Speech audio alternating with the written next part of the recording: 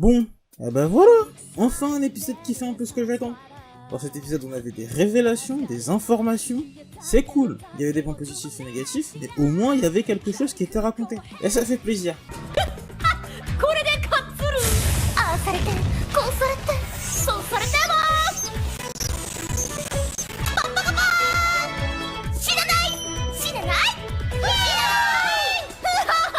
Salut, c'est Fat Black, et aujourd'hui, review de l'épisode 16 de So I'm a Spider So What.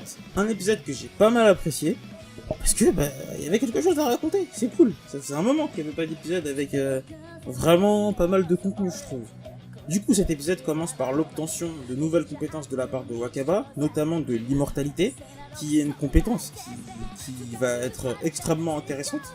Parce que le rapport de Wakaba avec l'univers va complètement changer. D'ailleurs, on sent un petit peu dans cet épisode que là, elle pète un peu le feu du fait que elle peut plus crever maintenant quand elle va affronter Mother ou d'autres adversaires qui vont tenter de la mettre à mal.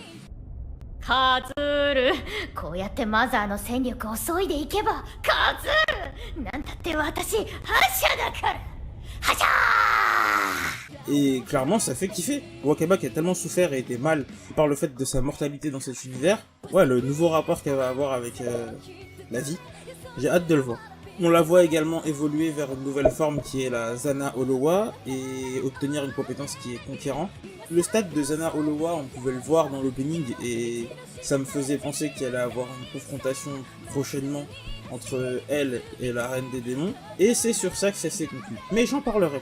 Du coup, ce qui s'est passé, c'est qu'on a pu avoir le droit au retour de D. C'était un retour intéressant qui me permettait d'avoir justement pas mal d'informations, notamment sur l'arrivée des élèves dans ce nouveau monde. On savait que c'était plus ou moins dû à une confrontation entre le précédent Pro-Chevalier et le précédent Roi Démon, mais du coup, on a pu comprendre que c'est l'ampleur de ce combat qui a pu faire arriver les élèves dans ce nouveau monde, et notamment que c'est l'un de ces élèves qui est l'administrateur D, et qui du coup, du sentiment que j'en ai, supervise un petit peu l'univers. Et le fait de savoir qu'il y a plusieurs administrateurs, puisqu'on a pu en voir un précédemment, ça fait poser la question du coup de est-ce qu'il n'y aurait pas d'autres administrateurs parmi les élèves réincarnés, même si d'une certaine façon D répond un peu à la question en disant qu'ils sont 25 à avoir été réincarnés et que elle c'est un cas spécial puisqu'elle est l'administratrice D. Mais ouais, du coup je me demande les autres administrateurs, leur cas c'est quoi? C'est des personnes originaires de ce monde là ou c'est des personnes originaires de notre monde à nous et... Ouais non franchement c'était plutôt sympathique.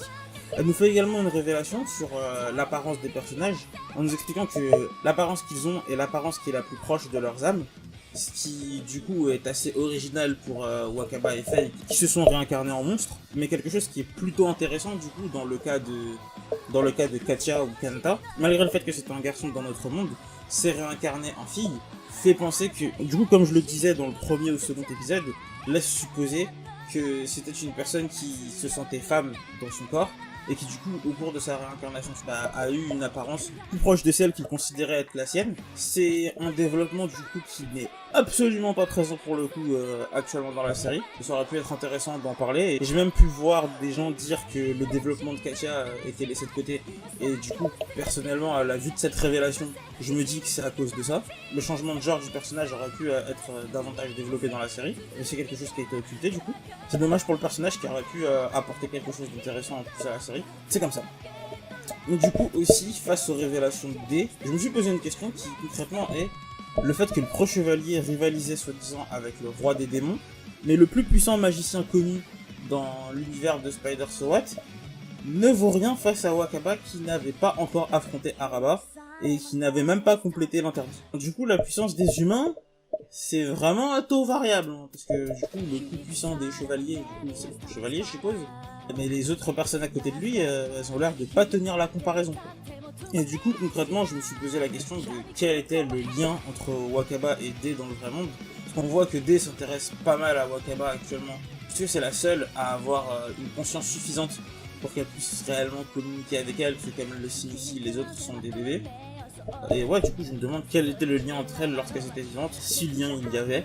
Et du coup, dans cet épisode, je me suis rendu compte de quelque chose aussi, quelque chose que je décris pas mal dans la plupart des reviews que j'effectue, c'est le fait que j'apprécie moins la partie sur les personnages réincarnés que la partie sur Wakaba. Au vu de cet épisode, je me suis dit que c'était ça, parce que j'ai ressenti un déséquilibre entre ce que les humains et Wakaba apportaient chacun à la série. Dans le sens en fait, où, dans les moments où on est focalisé sur Wakaba, on apprend énormément de choses sur l'univers et on voit des combats qui sont pas mal dantesques et tout.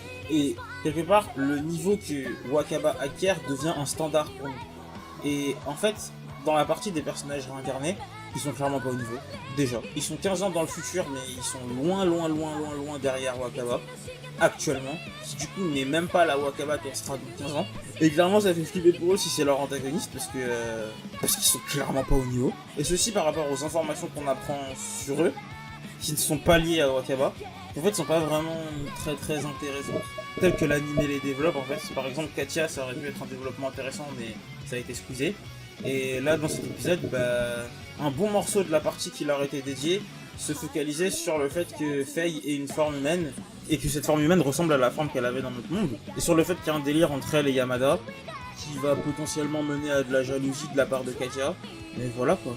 On les voit aussi du coup arriver à Elroe en ayant affronté un dragon d'eau. Et c'est encore significatif de ce que je viens de dire, c'est que ce dragon, on voit qu'il galère contre lui, ils le battent même pas.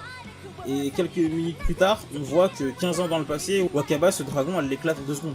Il y a une différence de niveau qui est quand même assez impressionnante. Par rapport à ce moment où Wakaba défonce un dragon d'eau, j'ai personnellement kiffé le moment Spider Beach.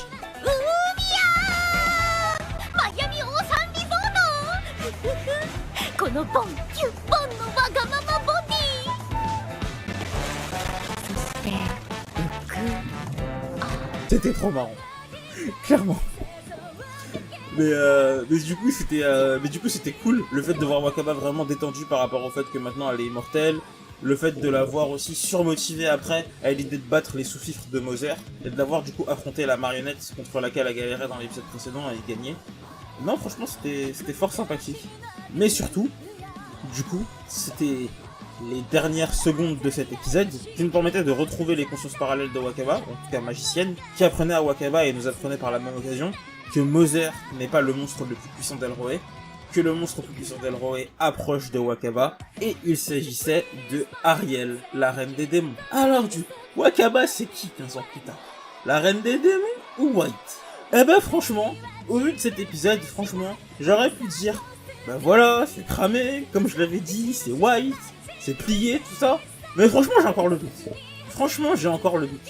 Je me dis, est-ce que Wakaba, en affrontant Ariel et en potentiellement la battant, elle pourra pas prendre possession de son corps et de son statut et devenir la nouvelle reine des démons?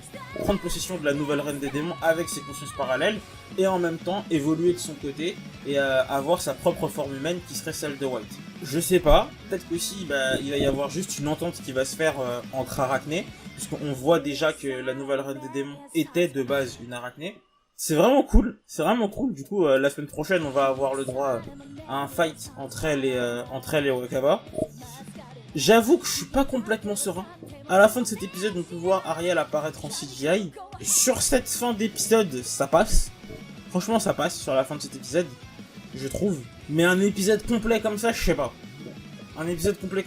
Du coup, faudra attendre vendredi. Clairement, je sais pas, je suis pas serein, j'attends. C'est tout ce que j'avais à dire pour cet épisode. Donc je vous dis likez si vous aimez, dislikez si vous aimez pas.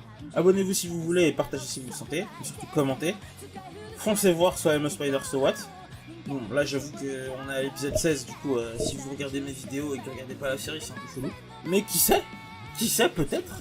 Donc voilà. Et du coup je vous dis salut les gens. じゃあさ、勇者だって転生者なんだし、魔王もクラスの誰かかもよ。どうでしょう